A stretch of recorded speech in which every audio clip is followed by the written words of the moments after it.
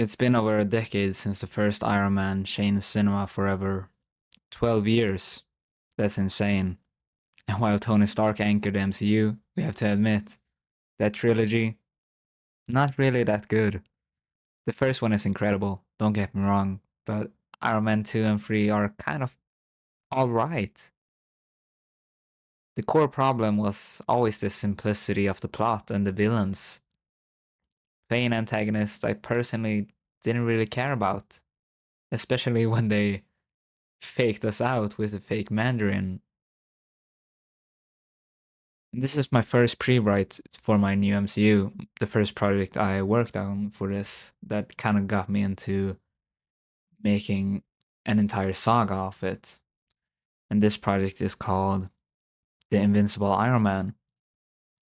And my goal is to make a grounded action thriller out of Iron Man, not always just a story about aliens or magic, nanotech, and making it too complicated.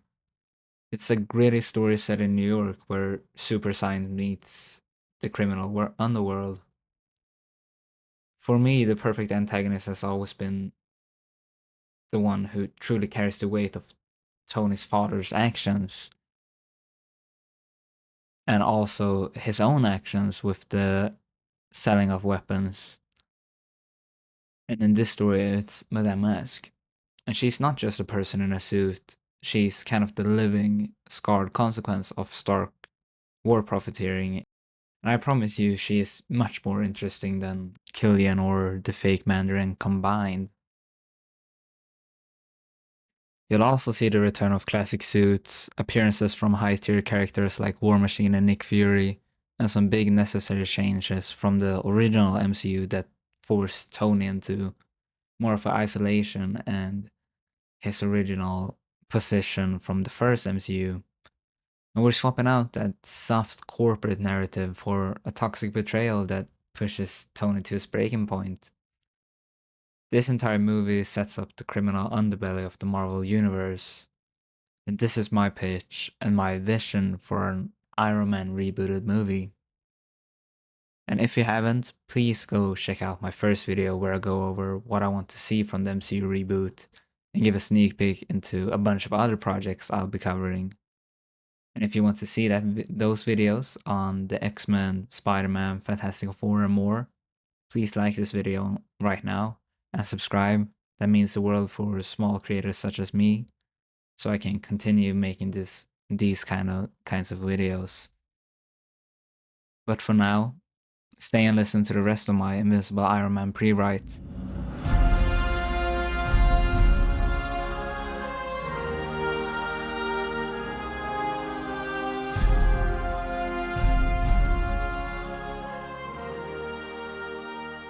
We open not in a cave, but in the volatile, dying kingdom of Nepharia. Even in the throne room, you can hear the sporadic thud of artillery fire in the distant mountains. The tide of the Civil War has turned due to the influx of weapons in the hands of the rebels. We see missiles land close to the fortress with the writing Stark Industries on them. The rebel forces are marching upon the kingdom's capital. As they get closer and closer, Nefaria, played by Pier Francesco Favino, gets more certain of his defeat. He decides to send away his most trusted advisor alongside his daughter to ensure her safety. As they leave the mansion, they see a bomb hit the main building. The advisor shields the girl's vision and as he hurries her away. "Come with me, my lady," he says, as he looks back at Nefaria, understanding his fate. The blast makes full contact with Nefaria and swallows the whole throne room, killing him at once.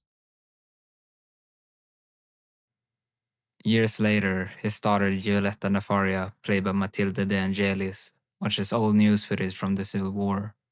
The headline flashes: Stark Industries leads to Democratic victory in Civil War. But Giulietta isn't a little girl anymore. She's burned, broken, and hidden behind a room full of golden masks. She slips on one of those masks and walks out into the mansion's hallway in upstate New York. The exterior is classic marble luxury, but the moment you step inside, it's a collision of old world crime and high-tech conspiracy. The study features Italian Renaissance art, but hidden behind the bookcases are digital surveillance hubs and prototype weapon caches. In the driveway, mobsters in expensive Italian suits are mingling with and overseeing AIM agents in their unmistakable yellow suits, meticulously loading specialized gear from unmarked trucks. Mask says to the grunts that they have a new mission and have to head out. Meanwhile, Tony Stark is living the high life. Rooftop parties, sports cars, women. He's still rich, but no longer the CEO of Stark Industries. After a brutal court case, Ezekiel Stain has taken over, leaving Tony only with his name and reputation. We see this through an interaction with Ezekiel at the party, where he uses Tony to build himself up towards potential customers. Although Tony's only there for the alcohol. Owen to pick him up is his butler Jarvis, who's not an AI. He's just an old, tired British man who has to clean up after Tony's partying. Jarvis finds Tony alone after the party, watching news footage of Stark weapons being used in real wars. Instead of cracking a joke, Tony goes quiet. Jarvis asks if he's proud. Tony doesn't answer. And here we reach something that might be a hot take and some people won't like, and that's that Happy and Pepper aren't in this movie, because there are stories we've seen before, and it's kind of impossible to one-up the relationship between Tony and Pepper in my opinion, and replicating it also feels impossible.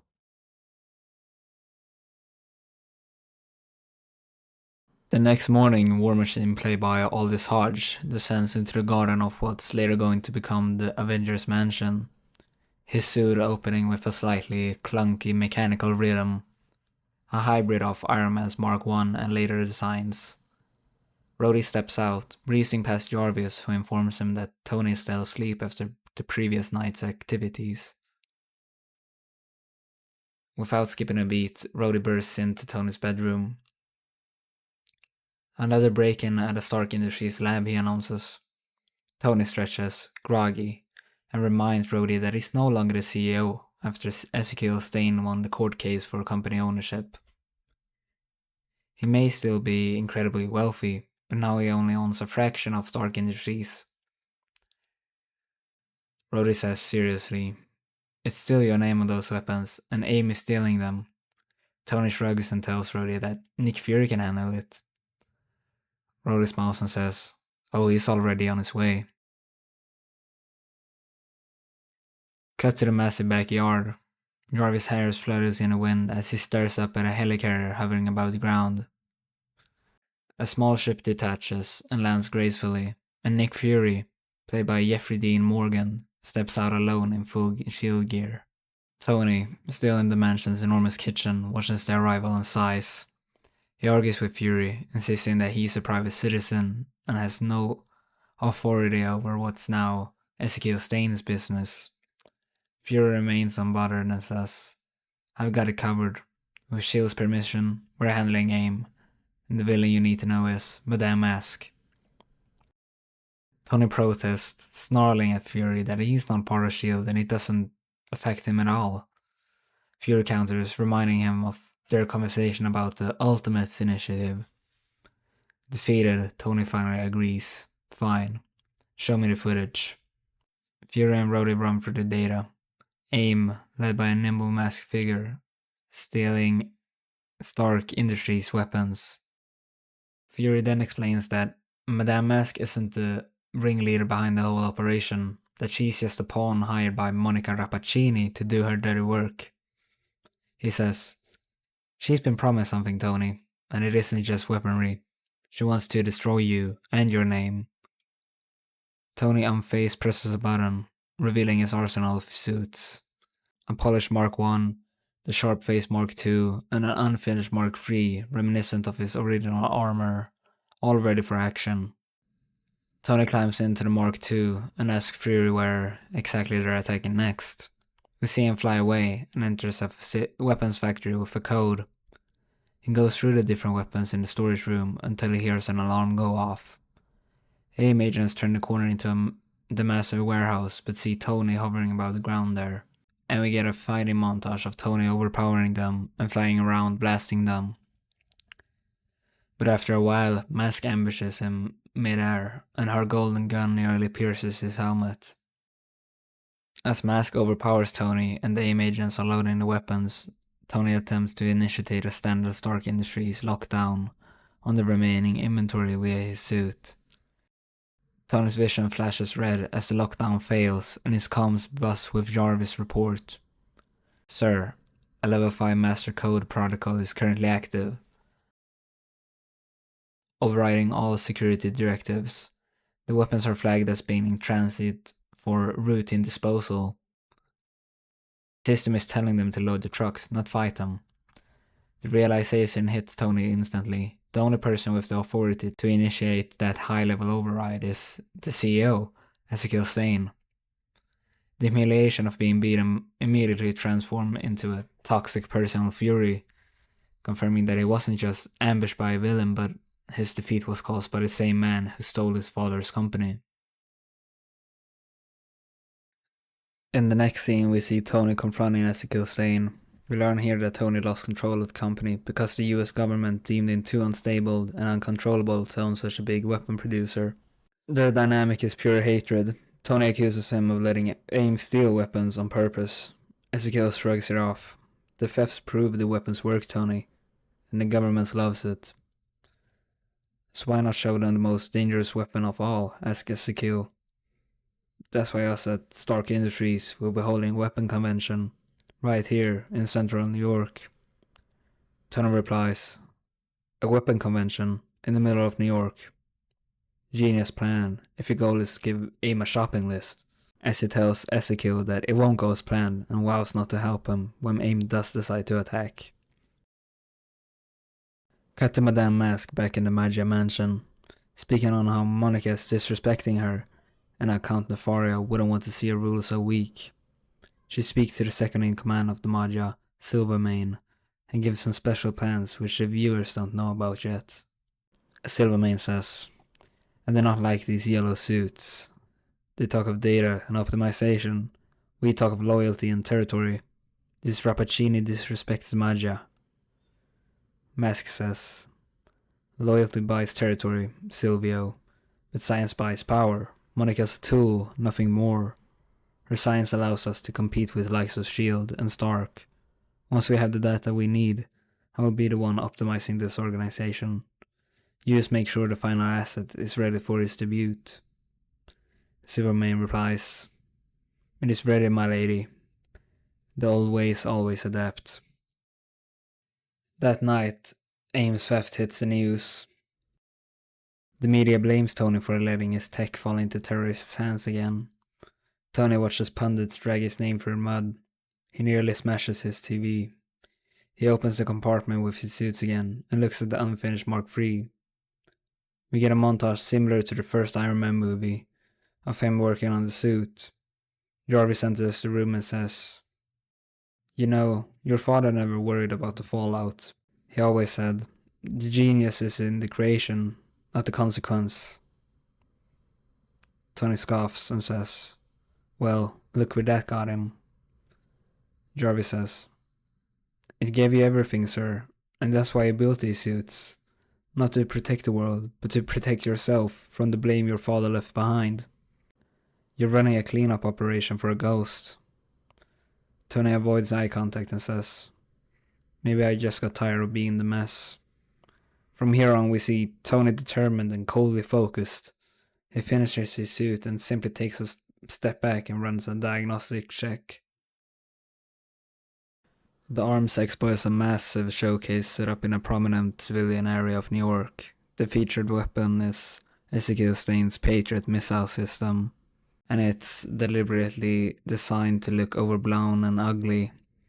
A huge clunky symbol of just pure destructive greed that Stain displays, and this weapon showcase as a piece of art. The crowd is a mix of high-ranking military officials, corporate buyers, regular civilians, S.H.I.E.L.D. agents in disguise, and crucially, AIM agents blended in as the technical staff, all ready for the coming chaos. Suddenly, that chaos erupts as a group of the disguised AIM agents embedded in the crowd begin to activate their technology, turning the show's weapon on the audience. Rhodey in the War Machine suit immediately goes to work trying to contain the damage, but is outmatched.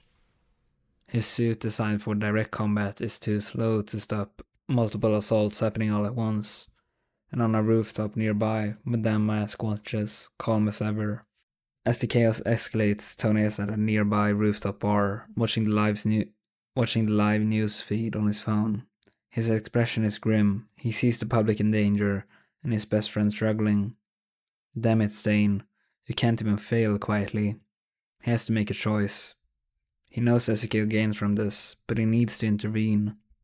He suits up with the Mark III, which has not yet been seen by the world, and he bursts into the sky and flies towards the arm show. And the music that plays is Iron Man by Black Sabbath. He lands next to Rhodey, and they fight side by side for the first time. But the heart of the battle is Tony versus Madame Mask. She calls him out. His father destroyed her family. His weapon scarred her life. Tony says, "You've been waiting for this for a long time, haven't you?"